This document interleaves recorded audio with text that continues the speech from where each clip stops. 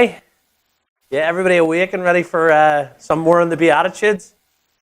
So what we dealt with, do you remember what we dealt with last week? What was the Beatitude we dealt with last week? Because remember, even if you don't remember what it was the essence of it? Humility. Yep, so we dealt with humility. We talked about the fact that, first of all, blessed means happy. And so the beginnings of happiness, or the gateway to happiness, Jesus starts his Beatitudes with it. He says happiness starts with humility.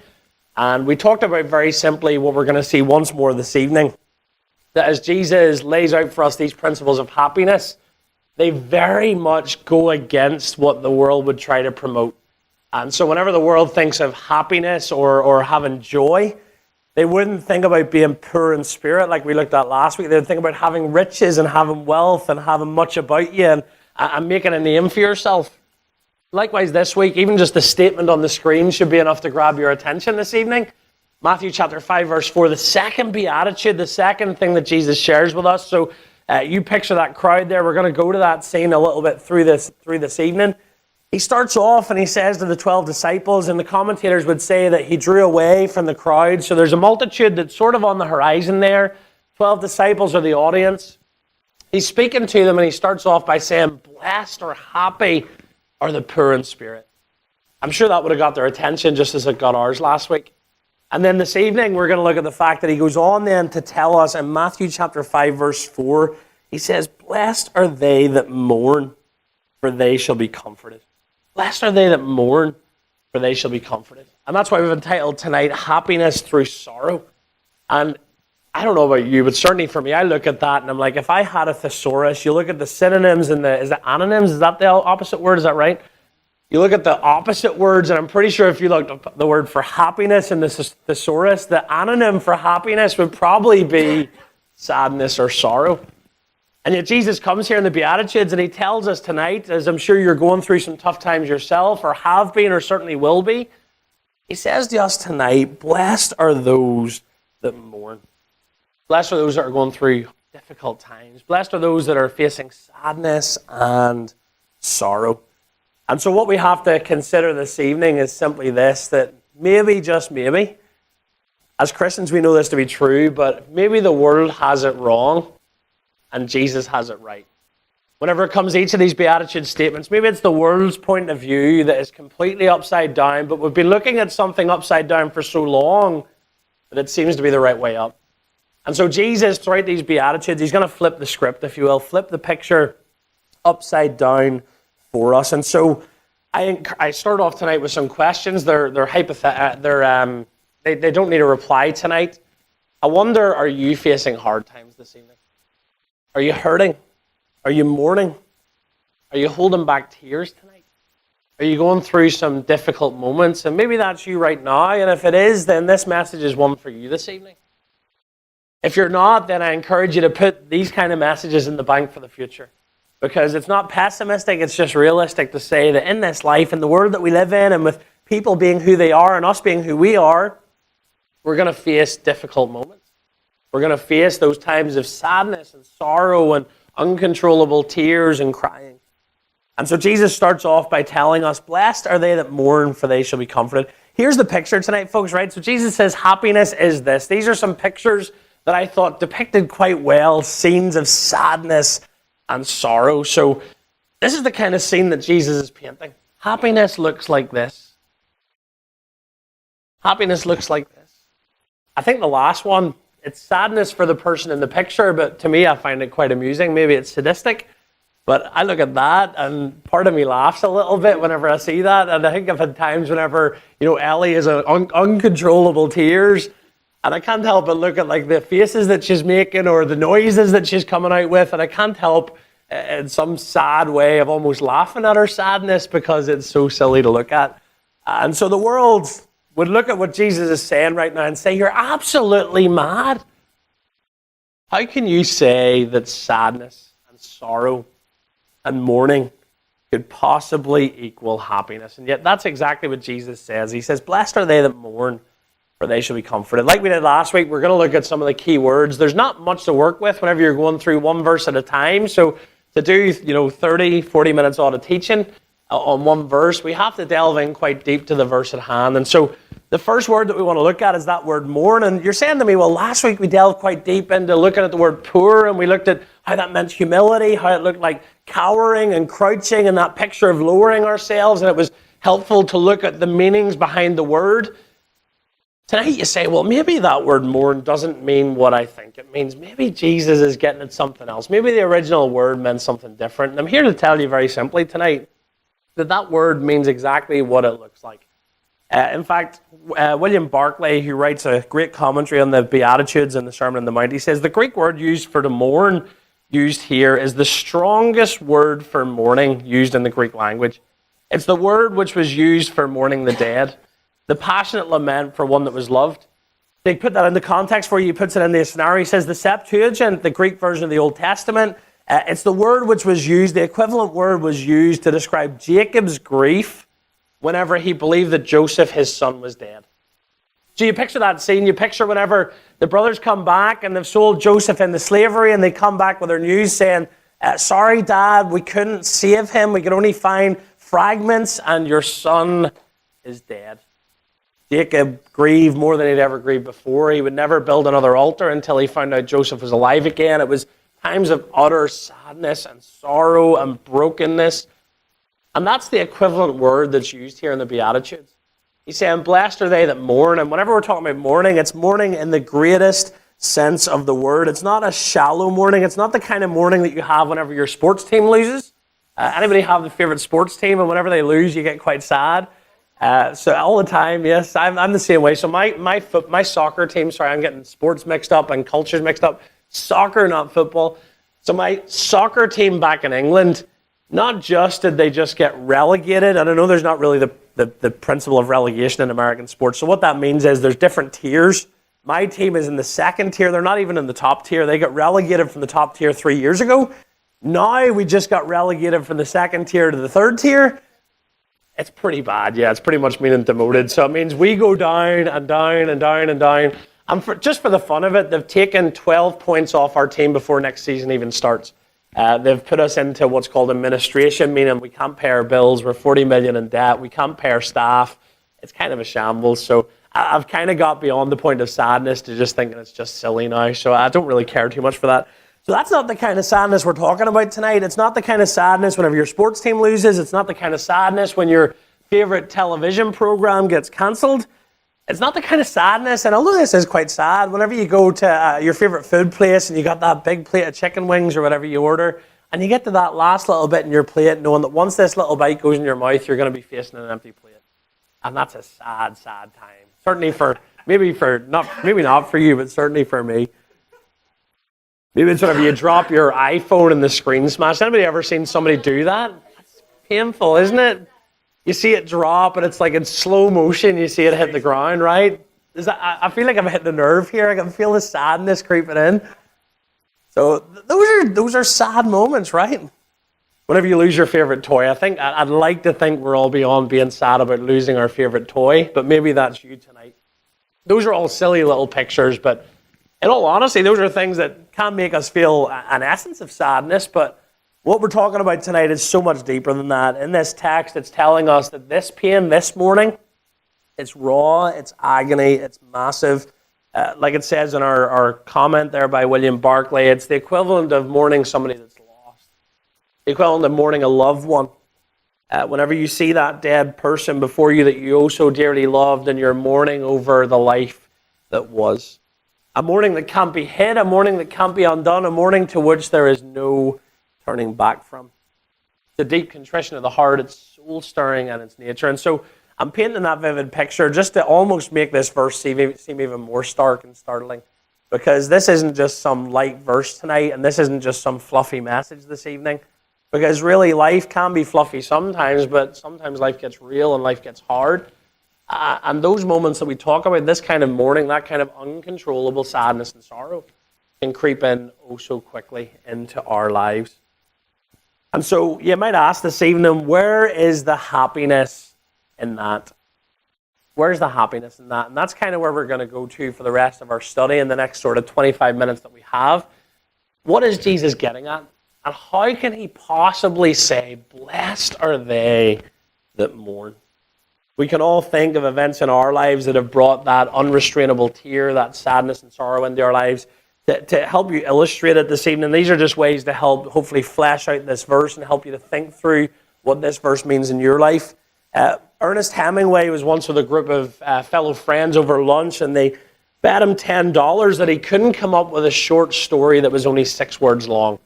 Now, Ernest Hemingway wrote many incredible pieces, and he was so gifted with words, and his friends bet him, they challenged him and said, Ernest, there's no way that you can make up a short story that's just 6 words long. What follows is he took a piece of a napkin, took pen to paper, and he wrote down the following 6 words at his friend's challenge for a 6-word story. He said this 6-word story was, for sale, baby shoes, never worn. For sale, baby shoes, never worn. Such emotion. Such a vivid picture, a story that's told in just 6 words. Hemingway knew the power of words. He knew that in 6 words you can tell a story. And maybe your 6-word story looks something like this tonight. Maybe these are some that I've just thought of. I'll encourage you at the end of our time together tonight as we split off to think about yours and to also come up with some later on this evening. Maybe it's that there's been a terrible accident. Maybe it's somebody saying, I'm leaving, the marriage is over. The boss saying your position is no longer needed. That significant other saying, I just want to be friends. The cancer isn't responding to treatment. You're not able to conceive. Maybe it's a surgeon saying, sorry, we did everything we could. Maybe it's parents saying, kids, we're getting a divorce. Maybe it's the boss saying, you're fired, pack up your things. Maybe it's a doctor saying, I have bad news, it's cancer. I share those 6-word stories, and they all tell a quite startling tale. They have a lot more depth to them than you'd imagine 6 words could portray. I think about mine tonight, and I've tried to make it personal because each of these Beatitudes, we think about them and we have to apply them personally. And we've all had the battle with pride and humility that we looked at last week. And this week, we all battle with times of mourning and sorrow and sadness. And it's going to be personal later on tonight. It's going to be a time of reflection. You don't have to tell anybody your story, but I want you to take a time of reflection and think about if you could think of some of the saddest times in your life and come up with your own 6-word stories, what they might look like. Here's some of mine as I think about some of the big events in my life. Text from a friend. The text said, Gary died in a car crash. I think I've shared that story with some of you. Whenever I preached from the pulpit here at New Life Baptist Church, I got a message at 6 o'clock in the morning. I was 19 years old, my friend was 19, and they told me that morning that my friend the previous night had driven out to his girlfriend's house, lost control of his vehicle, and he died that night in a car crash. Maybe your 6-word story looks something like that. I then got a phone call roughly 2.5 years later, same Gary, same family, and it said it's Gary's dad, he committed suicide. Leaving behind a wife, leaving behind 2 daughters and a son and a grandson, leaving them behind. Facing uncontrollable sadness over the loss of his son, he chose, instead of helping his family and working through that, he chose the only way out that he knew of, which was to take his own life at the time. Got a call from Dad, and all these are quite heavy and sorrowful, and I'm just trying to help you to see that life is difficult, and I'm sure yours may look something like this, and I'm not going to say I have the corner on pity parties, because I don't, nor is this time for one, but it's just to help you realize that life gets real, and it's okay to mourn.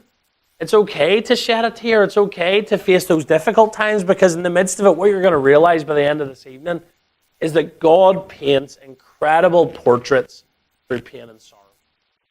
God does amazing things through those times of mourning. That's why Jesus can say, blessed are they that mourn, for they shall be comforted. We're going to look at that in just a minute. I think about all those, my dad saying, it's your granny, son, she's gone. Probably one of the only times in my life I've heard my dad cry. We all face hard times. We all have 6-word stories of our own. And like I say, this isn't a bumper sticker sermon or message tonight. This isn't some light, fluffy message. It's a call for you to really, instead of running away from sorrow, instead of running away from sadness like the world would try to do, they try to hide it away in a corner and pretend like it doesn't exist. Jesus says, instead of trying to hide it away, why don't we see what God can do and how he can use that in our lives for our good and his glory. And so he tells us tonight, blessed or happy are they that mourn, for they shall be comforted. I imagine this. I imagine Jesus. Jesus is looking out on the Sermon on the Mount and he sees the 12 disciples, the immediate audience of his message. And then on the horizon there, somewhere down that hill, he sees the multitudes that he had drawn away from to teach his disciples. And I have no doubt before he started that message that Jesus looked from face to face, saw life after life, story after story, sorrow after sorrow, morning after morning. And as he looked at those, he opens up his message with a message of happiness. He says, here's some secrets to happiness. Happy are they that are poor in spirit or humble. Tonight he says, happy are they that mourn. I'm sure if you were there that day, you're thinking, as I've said before, what on earth is Jesus talking about? From our perspective, those 6-word stories, whenever you think about yours, the first word that comes to mind probably isn't happy. It probably isn't blessed or happiness in that sense. And yet Jesus says, blessed are they that mourn, for they shall be comforted. The culture of our world would say this. They would write the Beatitudes. In this verse, they would write this way. They'd say, blessed are you when everything goes your way. Blessed are you when everything's going well. Blessed are you when all your plans and your dreams come true. Cal Eidelman comments on this kind of a thought, and he says, a blessed life, as any normal person would define it, would be a life free from mourning, not a life marked by it. That's kind of the idea. That's natural in terms of human perspective and the world's perspective. The fact that a life free from mourning, not a life marked by it, would be seen as blessed or happy. He then goes on and tells us this. He says, Jesus is saying that when we mourn, when life gets extremely difficult, when we experience the deepest suffering we've ever encountered, when we come to the end of ourselves, then we are blessed. I'm just going to put this out there for you this evening, and again, this might just be me, but I doubt it is tonight. If you're anything like me, whenever life is going smoothly, and whenever there's no difficult times at that particular moment, you tend to coast through on surface level on life, and you never really truly learn what it means to rely on God. Because things are going well, things are going smoothly, there's no dark clouds, there's no storms at the minute in this point in our lives, and everything's going really, really well. And in those moments, if you're honest with yourself as I am with myself, those are the moments really in my Christian life where you hit almost this plateau where things just are still, they stay the same, you're not really moving forwards. Because there's some things, if we're honest, that we can only learn through sadness. There's some things that only our trials can teach us. There's some things that we'll only learn whenever our 6-word story begins. It may sound strange and surprising, but it's often in our suffering that it makes room in our spirit and in our life to know God's blessings and experience His presence. Whenever we go through those difficult moments, whenever we face those times of agony of the heart, like we said about the word here, that word mourn, it's like mourning the death of a loved one. That's the picture. Whenever we face those deep, real emotions. William Barclay goes on to say, I think it's in our next quote here. I don't have too many more quotes, don't worry. It's not going to be full of quotes tonight, but I think it adds quite a lot to our picture this evening. William Barclay says, when things are going well, it's possible to live for years on the surface of things, but when sorrow comes, we are driven to the deep things of life. And if we accept it aright, a new strength and beauty enters our soul.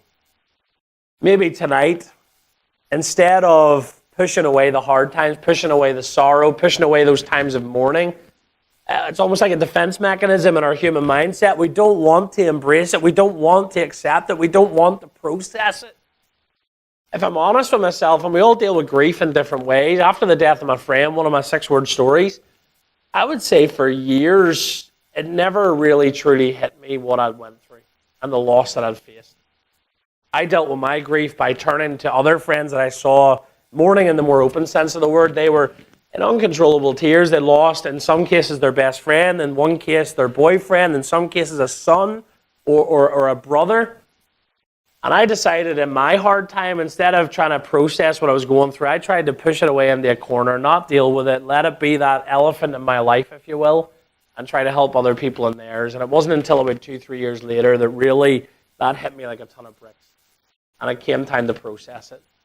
And in the midst of it all, God helped to mold me and to shape me and to help me become the man that I am today, that I can never have been without him. And that's not to say there's obviously not room in all of our lives to grow, but there was certainly growing that occurred through that moment in my life. And I can honestly say to you tonight, as I'm sure you can in your 6-word story, as you think about yours, I'm sure you can say, I would not be the person that I am today if I didn't face what I faced. If I didn't go through what I go through, if I didn't come face to face with some of the hardest moments in my life. An Arabian proverb puts it this way, but first of all, Robert Browning Hamilton puts it this way. He talks about the difference between pleasure and sorrow, happiness and sadness.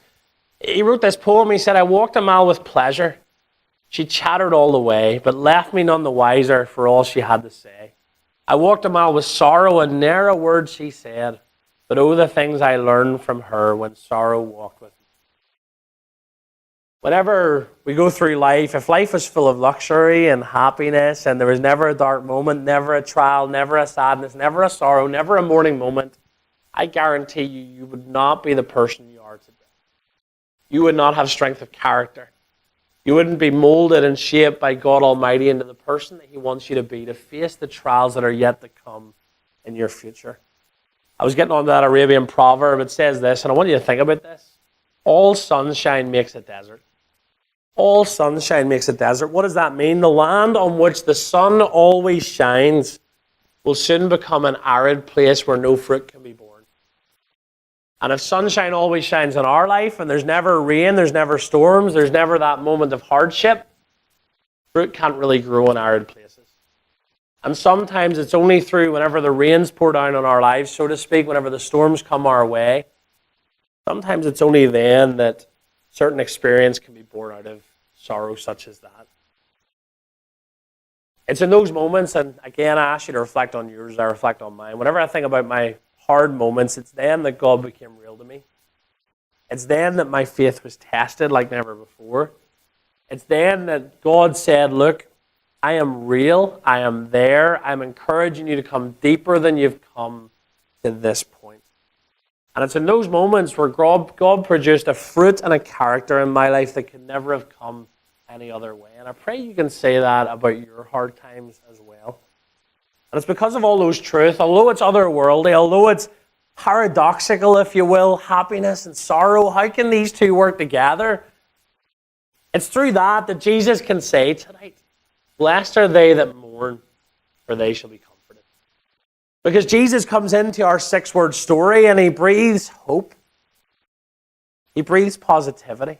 He tells us, although these things have went on, out the other side of this, there's much fruit, there's much character, there's much strength, there's much that's going to come, and sometimes I can only accomplish it in the storms of your life, in the hard times, in the hard moments. You think about case studies of this. I'm going to share one with you. It's kind of taken away from your task later. One of your tasks is going to be to think about characters in the Bible that face times of sorrow and agony and sadness. Probably the biggest case study in that was Job. I think about Job, and I don't think anybody in the Bible, in terms of physical things and health and everything else, lost more than Job did. He started his life with 7 sons, 3 daughters, 7,000 sheep, 3,000 camels, 500 yoke of oxen, 500 donkeys, many servants. And Satan began in the story of Job to take those away bit by bit by bit by bit. Because he thought, if I take away all these things, he'll curse God and die. If I take away all these things, he'll not want to serve you anymore, God. He's only serving you because he's comfortable, because he's got wealth, because he's got kids and a wife and all these different things. A quick side story, and this is probably not time for this joke, but I'm going to say it anyway. I've always thought it funny. I think one comedian said this. He said that God must have known what He was doing whenever He took away his 7 sons, his 3 daughters, all of his sheep, his livelihood, but left him with his wife. I'm not going to say there's any truth in that, but it's just funny that God left him with his wife. No, we love our wives, and I'm only kidding about that. But Job here in our story, Job, exactly, yeah, she said, curse God and die. In the parallel to that, here's what Job said. So that's his possessions there. Here's what Job said after it all, right? So everything that just happens. He loses all that he lost. And then he says this. He says in Job 42, verse 5, I have heard of thee by the hearing of my ear, but now mine eye seeth thee. but now. So before I'd heard of you, before, we had a somewhat of a relationship there, but now I see you, now I know you, now you're real to me. Why? Because, because you've been through the fire. You've been through the testing. You've been through serious times of mourning and sorrow and sadness of the soul. And now he says, but now mine eye seeth thee. Idleman goes on to say, when we suffer, we mourn. When we mourn, we're comforted by the God of all comfort. And I encourage you tonight, I don't know what you're going through. I know some of you, I know some of what you've went through. I don't know what any of you are going through right now, really. That's between you and God and in your personal life. I'm sure there's stuff that you're facing. But as you mourn, as you're facing what you're facing right now, God encourages you to come to him. And he says, come to the God of all comfort. It says in 2 Corinthians 1:3, blessed be God, even the Father of our Lord Jesus Christ, the Father of mercies and the God of all comfort. There's many names for God in the Bible, and we could spend ages listing hundreds of different names. We went through a Names of God series with the teens, and we've looked at those Jehovah names. One of my personal favorites is that one that's highlighted there, the God of all comfort. That's why Jesus can say what he says in the Beatitudes. That's why he can say, blessed are they that mourn, for they shall be comforted. As we come in our sadness, in our sorrow, in our hardship, in our difficult moments in life, we can come to a God that can comfort us like nobody else.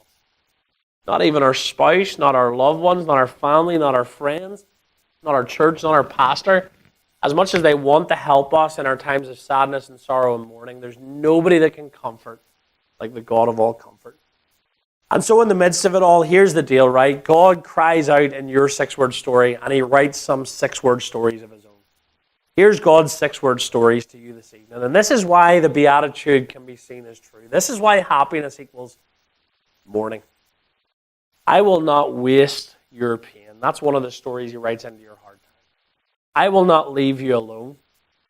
No matter what you face, no matter how hard the time gets, no matter how deep the mourning, you're not alone. He says, I feel every tear you cry. In fact, it tells us that he bottles them up. Your tears are precious to him. I will use this for good.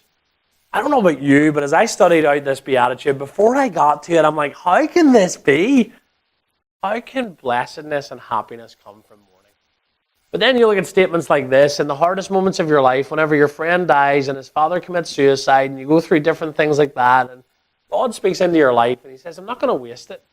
I'm not going to waste your pain. I'm not going to leave you alone. I'm going to feel every tear you cry. I'm going to use this for good. And the amazing thing is, God doesn't lie. Every single one of those stories is true. Idleman says, maybe you have embraced some wonderful things and lost them, but there's no embrace like the divine one. There's no embrace like the divine one. And so as we close tonight, 6-word stories, that's kind of our illustration for this whole Beatitude tonight. I think about mine. I think about the ones that I went through. And like I said, I don't have the corner on pity parties. I'm sure you have went through much more than I have. But I can only speak from personal experience. I can't speak of your experiences up here tonight. But I can tell you that in the midst of my 6-word story, God taught me this key truth. He said there's nothing that life can throw at us that God can't use to draw us nearer to him. And that's really what this Beatitude is all about tonight. It's telling us tonight that there's nothing this life can throw at you that God can't use and use to draw you nearer to him. One of the verses that became very real to me, Pastor Jonathan's been mentioning it an awful lot actually the last month or so. The psalmist writes, and he starts in Psalm 61, verse 1 and 2, and he says, hear my cry, O God, attend unto my prayer.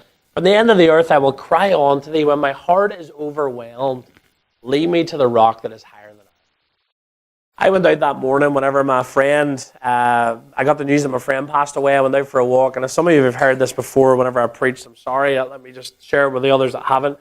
I went out for a walk that day, trying to clear my head, trying to process the emotions of losing my best friend at that time. And at 19, you think you've got your whole life ahead of you. You think that your days are numberless, and you think that you think you're invincible, don't you? And at 19, I realized very, very quickly that what James writes about your life being a vapor, and you're not guaranteed tomorrow, those things became very real. And my friend passing away was one of the hardest moments in my life personally, but yet through it all, God brought me to this verse. I came back into the shed that I was in. I was taking a gap year in between high school and college. I was up with a missions team, and we're staying in somebody's garage actually at the time. So I went back to his garage, I plunked down in the bed that he'd converted, and I opened up my Bible and just flipped it open. Have you ever done that? You almost play Russian roulette with your Bible. It's like, just, God, give me something. And so I flipped it open, and I don't think it's coincidence, I think it's God incidence that I opened it at Psalm 61. And I began to read in that moment, and I read those last words, when my heart is overwhelmed, lead me to the rock that's higher than I. And in the midst of your hard time, in the midst of your 6-word story, I pray that God will teach you things that he can never teach you any other way. Because I can honestly tell you, it was through that honestly it solidified in my mind a desire to step into ministry, if you will, to pursue becoming a pastor, to get serious about the things of God. Those are all things that came out of my friend dying at 19. Because I figured if his life and his race was that short, there's no guarantee that mine might not be that short as well. And am I really using my life and my days that I've got the way that I should? And so there's some things, folks, tonight that only sorrow can bear, only hard times can bring forth. And tonight I encourage you, instead of running away from your 6-word stories, instead of like marginalizing your sorrow and trying to hide it away in a corner, pretending like it doesn't exist, embrace it tonight. Because it's made you who you are. The scars that you bear emotionally, physically, and every other way, the scars that you bear make you who you are. And they've bore you to where you represent in character and an image exactly what God wants you to be. God promises you tonight, and I close with this and then we're going to split off. God promises you tonight, as we looked at just a minute ago, he speaks into your past, he speaks into your present, he speaks into your future. And he says, I will not waste your pain, but I will use it for good. I will not waste your pain, but I'll use it for good. And that's the picture of the Beatitude here. That's the picture of the script being flipped, the picture being turned upside down. That is why tonight we can say that happiness equals sorrow, and happiness comes through sorrow. These final statements, and we're done. There's blessing in the trial. There's light in the darkness. There's positive in the hurt.